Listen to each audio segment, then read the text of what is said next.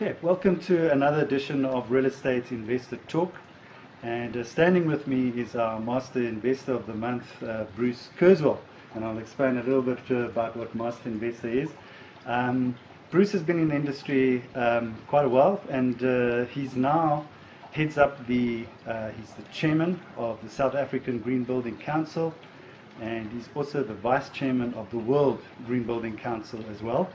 And I'll first of all say, Bruce, just welcome to Real Estate Investor Talk. Thanks, Neale. And I think the difference here with Bruce to other investors, where it's how well my portfolio has performed, is that from a property perspective, I think Bruce has initiated something which is eco-friendly, which makes properties more efficient from an eco-friendly point of view. So, Bruce, maybe you just want to expand a little bit about the Green Building Council, what you're doing, maybe how you stumbled upon it, how it all came about here in South Africa, first of all, and then we can expand a little bit later in terms of the benefits of investing in green. Sure, Neale. Okay. Green Building Council, really there was quite a strong Australian connection, Right. because I was over there on a business trip, and I just saw how much was going on the green side there. Okay. And I came back here and I wanted to apply it to one of our developments. Right. And who was that for at that particular time? Was well, it Spire? yeah, Was it Spire. Spire? Okay. Right. And there was just a lack of understanding and of skills about it in the professional team. So I went over to Aussie basically to try and get a checklist. And the guy said, look, it's no point just getting a checklist and just doing one project. It's a kind of a movement, an evolution that needs to take the whole industry. Right. Why don't you set up a Green Building Council? And the Aussie Green Building Council was very supportive and said, yeah, we give you so much support all along the way, which they have, and really that's how it started.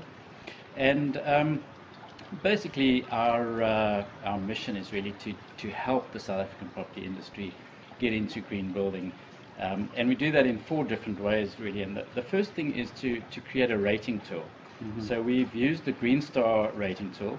It was from from Australia, but we looked at all the rating tools in the world and selected the one that was most appropriate. Right. And what the rating tool does is it kind of sets the standards and benchmarks for green building, and creates that language that allows people to talk about it. And then obviously it rewards people who put those kind of green initiatives into their building. So the first thing we do is the rating tool. Second thing is education courses. So we run education courses, particularly the Green Star course, which sort of brings people up to speed with Green Star. We act as a kind of a center for kind of knowledge and innovation. Right. And we just generally try and get out there and promote the whole green message to people. Great. So let's get a little bit about practical, because green building awareness has only been around 5 years in South Africa, am I right? So about 5 years? Yeah, well, that's when we started the council 5 years ago. Yeah. Okay. So what would typically be the benefits of a current building owner of going green, and because obviously there's the cost aspect of, like your beautiful house here, which you basically knocked down flat, and we'll touch on that a little bit later. But in terms of what are the real benefits for a property owner or landlord?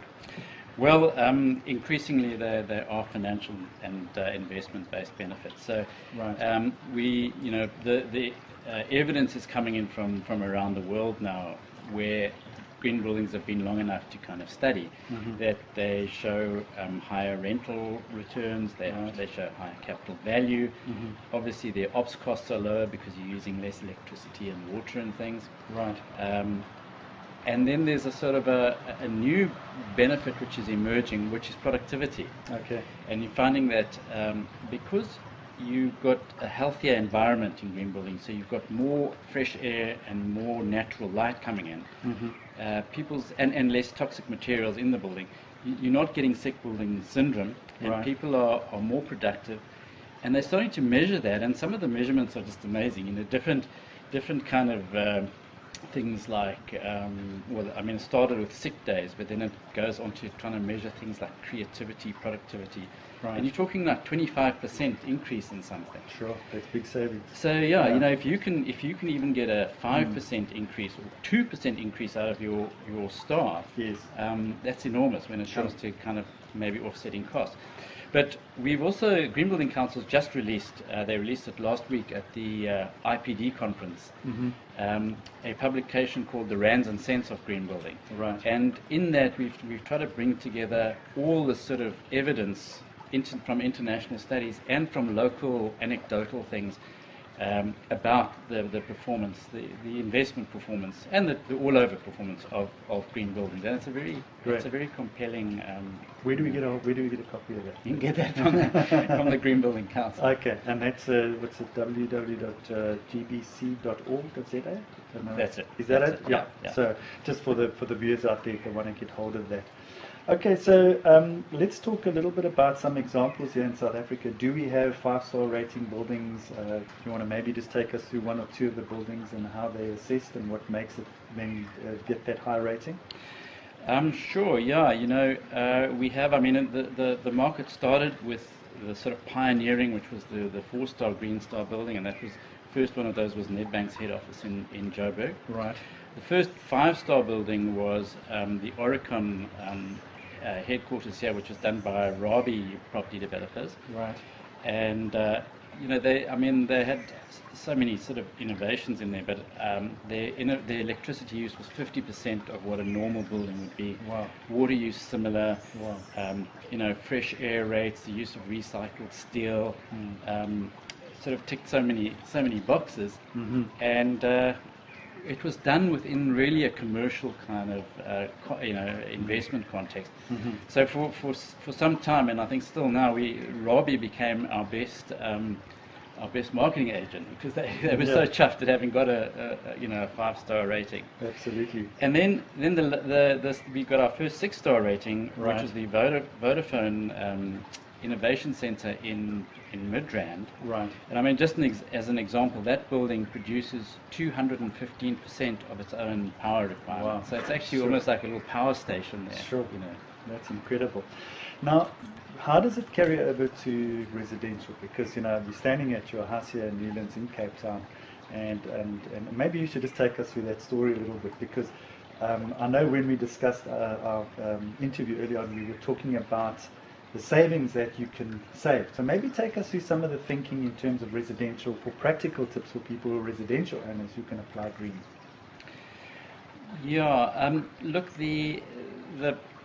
I guess the biggest thing is to try and reduce your energy usage, Right. and you know, and that's particularly on the cost side. Right. If you can get that down, you know, it's becoming one of the major costs.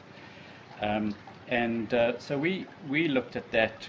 So in the design of the house, we used kind of passive design principles to, Right. you know, maximize the sun in winter but minimize it in summer. Right. We used a lot of insulation, double glazed windows, insulation in the walls to try and create a more, what do you call it, a sort of temperate Okay. environment in the house. Okay. We try to minimize the use of electricity by going for gas for cooking and wood burning stoves for heating, Right. and then solar water heaters on the roof. We also played with the sort of photovoltaic, so we have got a photovoltaic installation that generates about 3.2 kilowatts, Okay. which kind of during the daytime the house is running on that. Fantastic. Wow, so there's massive savings. So there are things that, I mean, well, you essentially flattened this house, not so, and then you rebuilt with all the existing material using local labour. Yeah, we did. Yeah, you know, that was something we wanted to test. I mean, we looked at the house, and obviously the greenest thing is to retain it, Right. but it just wasn't kind of fitting in with the planning. So we said, okay, if we're going to take it down, then we want to try and reuse as much of it as possible. So we de-built the house. We took we took out the electrics, the plumbing, the windows, took apart the whole roof, saved all the roof timber, Right. took it apart virtually brick by brick, Yeah. saved the bricks, cleaned them, took the concrete out of the foundations, crushed it, and we were also wanting to sort of look at how we could create a labor-intensive process. So we said, right, no heavy machinery on site. So everything was done by hand. And we probably had about 20 people on site over a 2-month period. And it kind of just makes you aware of how much can be done in terms of creating that kind of labor-based employment, when you put your mind to it. Yeah. No, well, I think you've done an incredible job, and Bruce, I think you've shared some fantastic tips to our readers and our viewers out there, because I think the way forward, certainly people have to start embracing this, because there's limited resources on the planet, and I think certainly there's lots of savings that can be made through energy, through using natural products and that kind of stuff. So thank you very much. I don't know if you want to say anything in closing on that, maybe to give some quick tips, because you. No, I think the financial case is very strong, and as you say, it's kind of like an evolution. Okay. It's not a fad or it's just we're living in a world where it's a mindset almost, the mindset change. Yeah, but also where resources are getting are finite and being depleted, and energy as well. Right. And this is really just an evolution of the whole way we build to cope with that sort of new scenario. Absolutely. Bruce, I want to thank you very much for doing the interview with us, and also for our readers out there. And so if you want more information, I know you've got a conference that's coming up soon. That's in October. In October. Is it the Cape Town International Conference? Yeah, I mean that's going to be really great. We've got some really top international people on that. So. Fantastic, and that's an annual conference, and you've got top guys. And once again, you can go to the website gbcsa.org.za. Great. Thanks very much, Bruce. Thank you very much for the time. I really appreciate that. Thanks, Dan. Thank you. Thanks.